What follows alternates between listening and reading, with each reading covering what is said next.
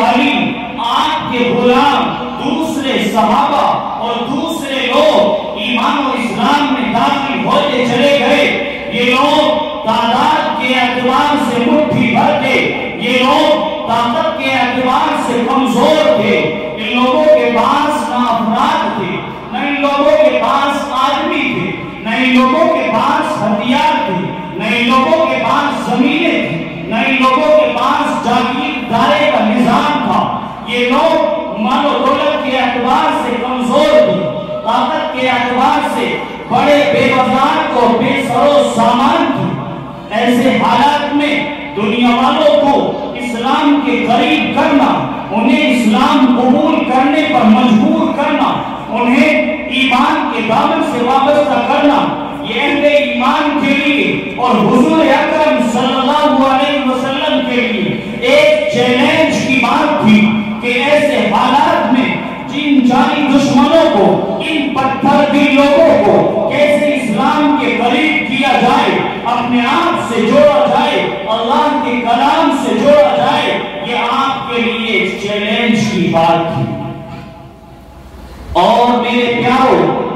یہ بات بالکل حقیقت اور سچ ہے کہ عرب کے اس ماحول میں، مکے کے اس ماحول میں جہاں آپ مٹھی بھر تھے اور سارا کا سارا شہر مکہ، ساری دنیا، عرب و عجم،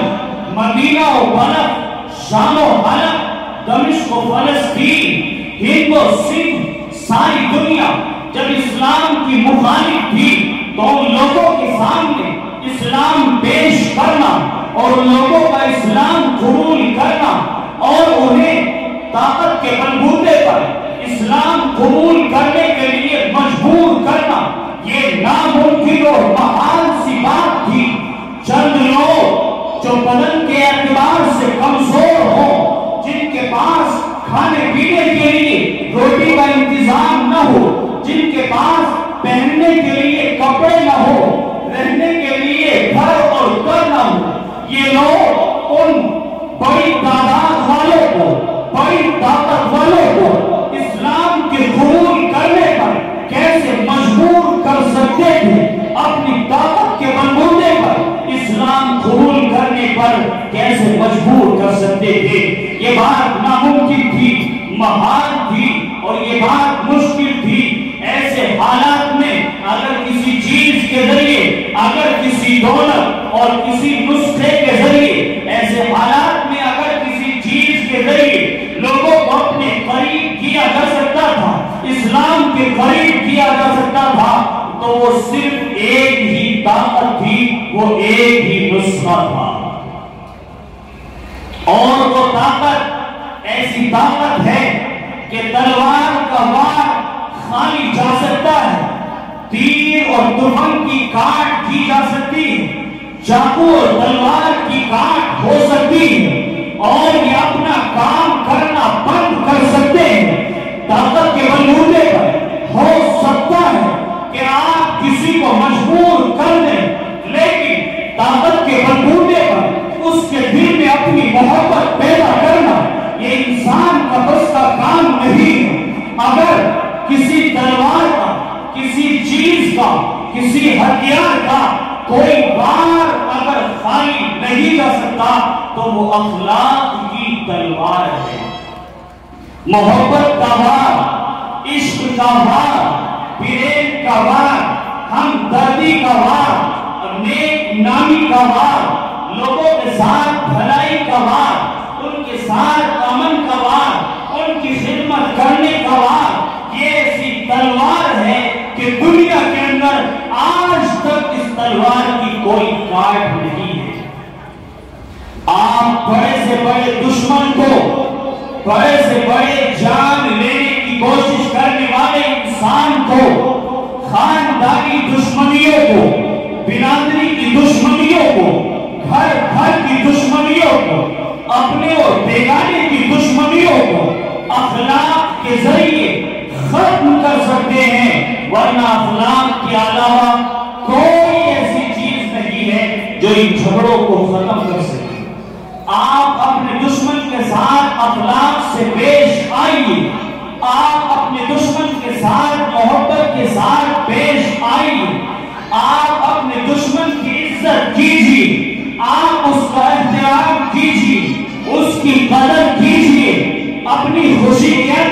اسے شامل کرنے کی دعوت دیجیے. وہ آئے یا نہ آئے یہ تو اس کا اپنا فرض ہے، لیکن ہمارا فرض یہ ہے کہ ہم اپنی خوشی کے اندر اپنے دشمن کو شامل کریں، اپنے بیگانوں کو، اپنے رقیبوں کو دعوت دیں. ہو سکتا ہے کہ وہ ہماری پہلی یا دوسری دعوت میں، پہلی یا دوسری خوشی میں شریک نہ ہو، لیکن جب آپ بار بار اور ہر بار اپنے غیر کو، اپنے دشمن کو اپنی خوشی میں مدعو کریں گے، انوائٹ کریں گے، آپ اسے نیمتا دیں گے، آپ اسے بلائیں گے، تو وہ کتنا ہی سخت دل ہو، پتھر دل ہو، ایک نہ ایک دن اس کا دل نرم ہوگا اور دل سے یہ آواز آئے گی، اس کا دل سے بات کے لیے جھنجھوڑے گا اور مجبور کرے گا کہ میاں تو خواہ اس آدمی سے دشمنی رکھتا ہے، یہ آدمی تجھے ہر موقع پر کوستا ہے اور ہر موقع پر تیری عزت اور تیری قدر کرتا ہے، خواہ کی دشمنی ہے ختم ہو جائے گی. محبت کے ذریعے آپ لوگوں کے دلوں میں اپنے جوڑ کا اور تعلق کا بیج بو سکتے ہیں، اور دل کی کھیتی اور دل کے کھلیان میں جو بیج بو دیا گیا اور پھر وہ گوشت بیج پودے کی شکل اختیار کر گئے، اس کی شاخیں پھیل گئی اور وہ پھر مضبوط تنا آور درخت ہو گیا، تو پھر اس درخت کو کاٹنا، محبت کے اس شجر کو کاٹنا کسی انسان کے بس کا بات نہیں ہے. دل کے اندر جو محبت پیدا اور جاگزی ہو جاتی ہے اس محبت کو کوئی ختم نہیں کر سکتا. اس لیے اپنی دشمنیوں کو اخلاق کے ذریعے ختم کرنے کی کوشش کرنی چاہیے. حضور اکرم صلی اللہ علیہ وسلم نے جب سن 6 ہجری میں صلح حدیبیہ کے بعد جب مدینے والوں کے ساتھ مکے والوں کے ساتھ آپ کی صلح ہو گئی اور 10 سال کے لیے صلح ہوئی، صلح کی شرائط لکھ بھی گئی اور لوگ صلح پر عمل کرنے لگے، آپ مدینے والوں سے بے خوف، مکے والوں سے بے خطرہ ہو کر عرب و عجم کی طرف بڑھے اور آپ نے دنیا کے بادشاہوں کے نام، آپ نے دنیا کے رؤساء اور امراء کے نام اسلام کی دعوت کے خطوط لکھے. آپ نے کسرا اور قیصر کو، آپ نے نجاشی کو، آپ نے دوسرے بادشاہوں کو اسلام کے خطوط لکھے. انہی میں سے ایک خط آپ نے یمامہ کے گورنر سمامہ ابن اسال حنفی کے نام لکھا. جیسے ہی آپ کا یہ خط سمامہ کے پاس پہنچا، سمامہ آپ بگولا ہو گیا اور اس نے کہا وہ لوگ جو آج تک ہمارے غلام سمجھے جاتے تھے، جن مکے والوں کی ہمت ہمارے سامنے بولنے اور زبان کھولنے کی نہیں ہوتی تھی،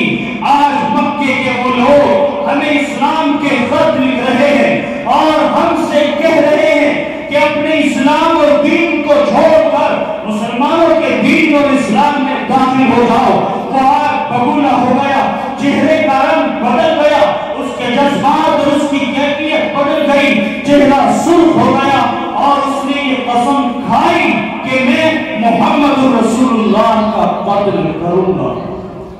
العیاذ باللہ. اس نے ٹھان لی کہ کچھ بھی ہو میں محمد کا نام و نشان اس دنیا سے مٹا کر رہوں گا اور تحریک محمدی کو نیست و نابود کر کے رہوں گا. وہ اسی چکر میں اور اسی فراق کے اندر لگ گیا، رات و دن اسی دمودوں میں اور اسی فکر میں رہتا کہ کس طرح سے وہ موقع ہاتھ آئے کہ میں محمد رسول اللہ صلی اللہ علیہ وسلم کو قتل کروں. وہ آپ کے قتل میں تو کامیاب نہ ہو سکا، لیکن اس نے یمامہ کی طرف جانے والے صحابہ کرام کے لشکر اور ایمان والوں کو بڑی تعداد میں قتل کیا. اس نے صحابہ کرام کو قتل کیا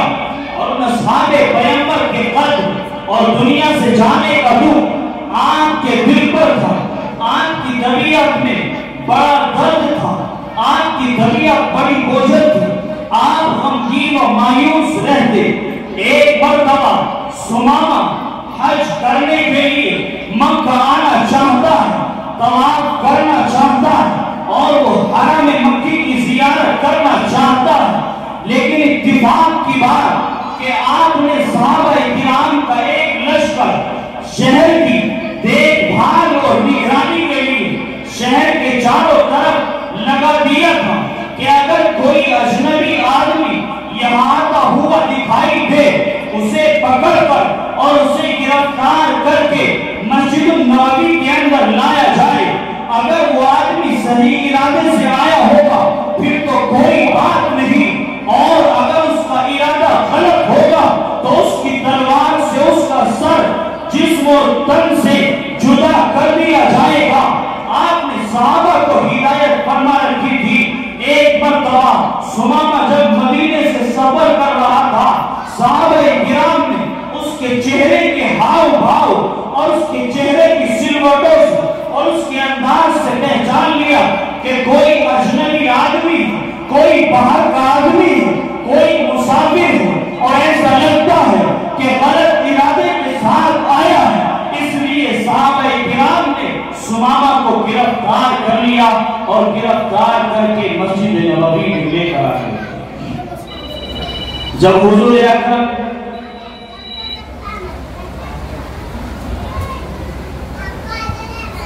نعرے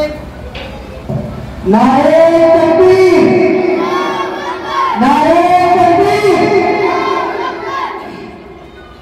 جب حضور اکرم صلی اللہ علیہ وسلم مسجد نبوی میں نماز کے وقت تشریف لائے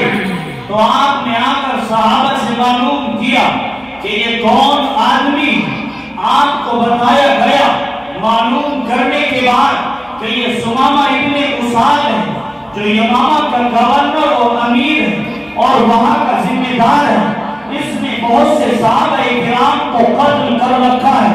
آپ صلی اللہ علیہ وسلم نے جان کے اس دشمن کے ساتھ اور صحابہ کرام کے اس قاتل کے ساتھ اور خون کرنے والے کے ساتھ اخلاق کا اور محبت کا یہ برتاؤ اور مظاہرہ کیا. اور آپ نے صحابہ سے کہا کہ ثمامہ کی رسیاں ڈھیلی کر دی جائے, اسے ڈھیلا کر دیا جائے تاکہ پریشانی نہ ہو. اور آپ نے صحابہ کرام سے کہا کہ ثمامہ کے لیے کھانے کا نظم کیا جائے اور میری بکری کا دودھ گرم کر کے ثمامہ کی خدمت میں پیش کیا جائے. ثمامہ کی ہر ضرورت کا خیال رکھا جائے. جب ثمامہ کو باندھ دیا گیا, اس کے ساتھ اکرام کا یہ معاملہ کیا گیا. آپ نے پوچھا کہ اے ثمامہ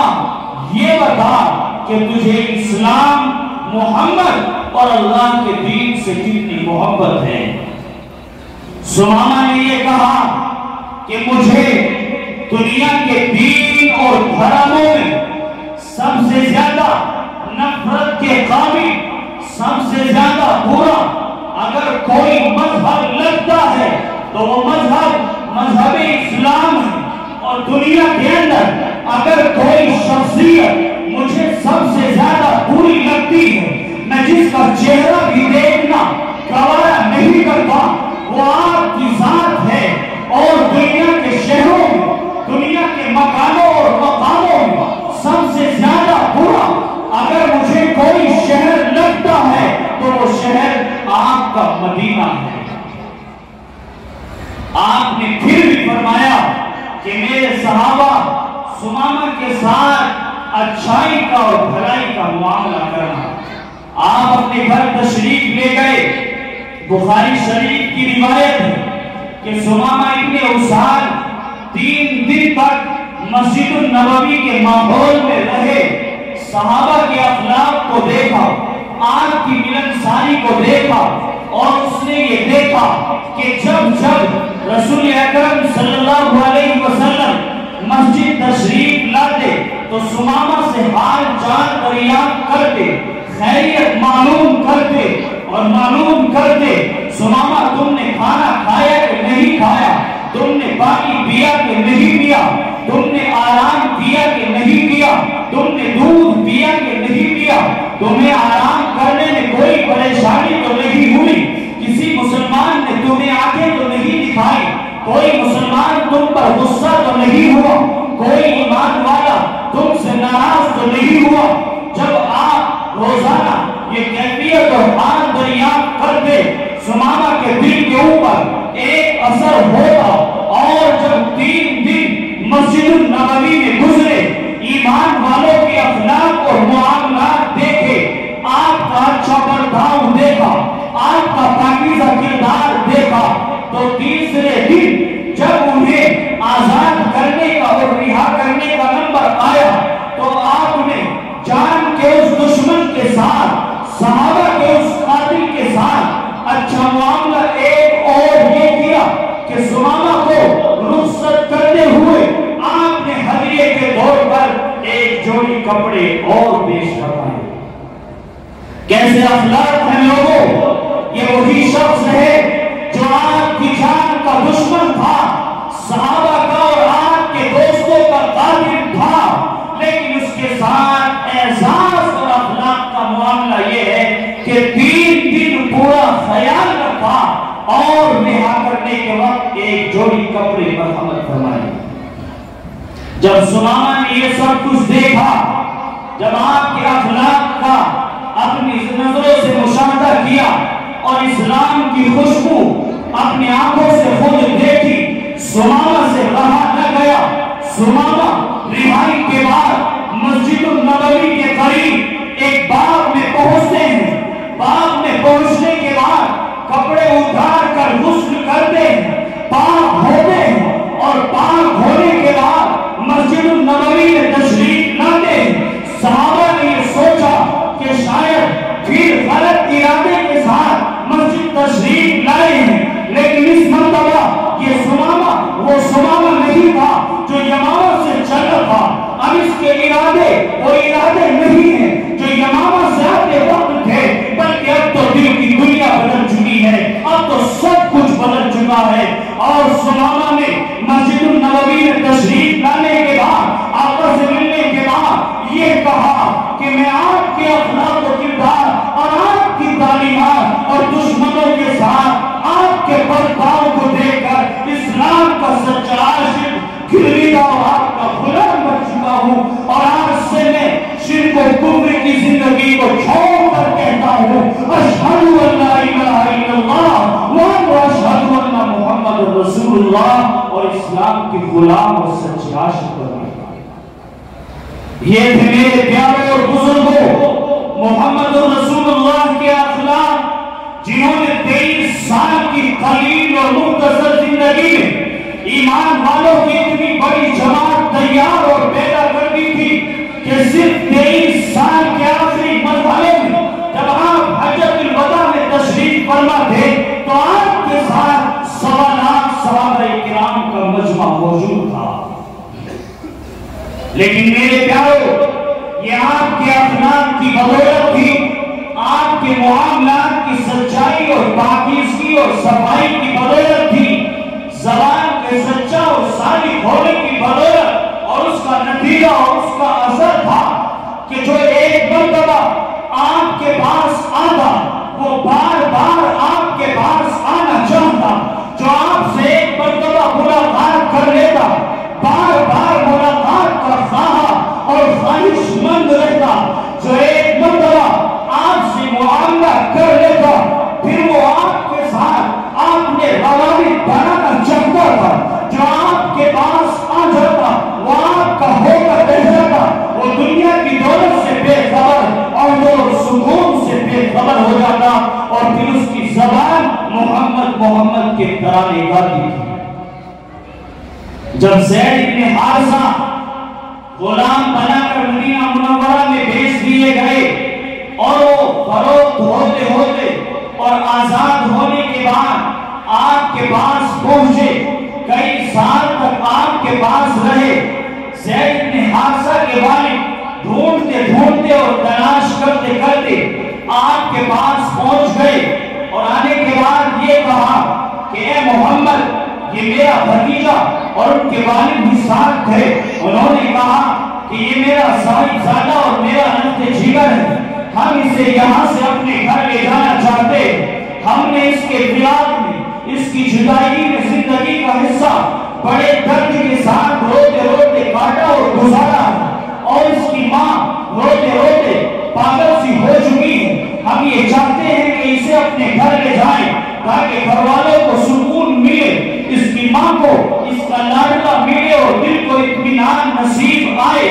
آپ نے کہہ دیا کہ اگر زید جانے کے لیے تیار ہے تو میں منع نہیں کروں گا, اور اگر زید خود ہی نہ جانا چاہے تو میں مجبور نہیں کروں گا. زید ابن حارثہ کو بلایا اور طلب کیا گیا اور ان سے کہا گیا کہ زید آپ کے والد اور چچا جان آپ کو گھر لے جانا چاہتے ہیں, اگر تم جانا چاہو تو جا سکتے ہو اور نہ جانا چاہو تو میرا گھر تمہارے لیے حاضر ہے. تو زید ابن حارثہ نے کیا جواب دیا؟ مسلمانوں دل کے کان کھول کر سنو. زید ابن حارثہ نے جواب دیا کہ میں آپ کی غلامی پر دنیا کی آزادی اور شہنشاہیت کو ٹھوکر مار سکتا ہوں, میں دنیا کی مال و دولت کو آپ کی خریدی کے سامنے ٹھکرا سکتا ہوں, لیکن آپ کے گھر اور گھر سے جدا نہیں ہو سکتا. یہ آپ کے اخلاق تھے کہ لوگ آپ کے اس قدر دیوانے ہو جاتے. خادم خاص حضرت انس بن مالک رضی اللہ عنہ فرماتے ہیں کہ میں حضور کی خدمت میں 10 سال رہا, اور 10 سال کے اس عرصے میں چھوٹا بچہ تھا. کبھی کبھی کام حضور کی طبیعت کے خلاف ہو جایا کرتا تھا, کبھی کبھی کام غلط ہو جایا کرتا تھا, کبھی کبھی کام الٹا پلٹا ہو جایا کرتا تھا, لیکن کیا مجال کہ 10 سال کی لمبی زندگی میں آپ نے کبھی انس کو کاٹا ہو. ماننا بہت دور کی بات ہے, 10 سال کی زندگی میں حضرت انس کہتے ہیں مجھے حضور نے کبھی کاٹا نہیں. یہ آپ کے اخلاق, معاملات اور آپ کی محبت تھی دنیا والوں کے ساتھ, آپ کی محبت تھی اپنوں کے ساتھ, بیگانوں کے ساتھ, پرائیوں کے ساتھ, غریبیوں کے ساتھ, رقیبوں کے ساتھ, یہ ساری انسانیت کے ساتھ آپ کی محبت تھی, آپ کے اخلاق تھے, جس کی وجہ سے ساری دنیا میں اسلام پھیل گیا اور اسلام پوری آن بان اور شان کے ساتھ زندہ ہے. اس لیے لوگوں اس ماحول میں خاص طور سے ضرورت ہے اپنے اخلاق ان کا بنانے کی, اپنے معاملات میں صفائی لانے کی, دھوکہ دھڑی اور دغا بازی کو اپنی زندگی سے دور کرنے کی, زبان سچ کرنے کی, لین دین میں پاکیزی اور وقت کا خاص خیال رکھنے کی انتہا درجے اہم ضرورت ہے. اس لیے مسلمانوں اگر اخلاق کو زیر کرنا چاہتے ہو, حالات کے اس دھارا کو اپنی رخ موڑنا چاہتے ہو, حالات کو مناسب کرنا چاہتے ہو اور امن و سکون کے ساتھ زندگی گزارنا چاہتے ہو, اپنی زندگیوں میں اطمینان و قرار دیکھنا چاہتے ہو, کاروبار میں ترقی چاہتے ہو, کھیتی باڑی میں برکت چاہتے ہو, اپنی تجارتوں میں بلندیاں چاہتے ہو, اپنی بزنس کے اندر خوب ترقی اور خوشحالی چاہتے ہو, تو اس کے لیے ضرورت ہے دین پر عمل کرنے کے ساتھ ساتھ خاص طور سے حضور کے اخلاق کو اور اسلامی تعلیمات کو اپنی زندگی میں داخل کرنے کی. دعا یہ ہے کہ اللہ تبارک و تعالی اسلامی اخلاقات اور آپ کے سچے معاملات اور آپ کی صحیح روشن تعلیمات زندگی کے اندر عملی طور پر داخل کرنے کی توفیق پر عمل فرمائے. اللہ رب العزت آپ کے اس اجلاس کو شرف قبولیت سے نوازے, اس ادارے کو دن دنیا راتوں کی ترقیات سے نوازے. آمین یا رب العالمین. وآخر دعوانا الحمدللہ رب العالمین.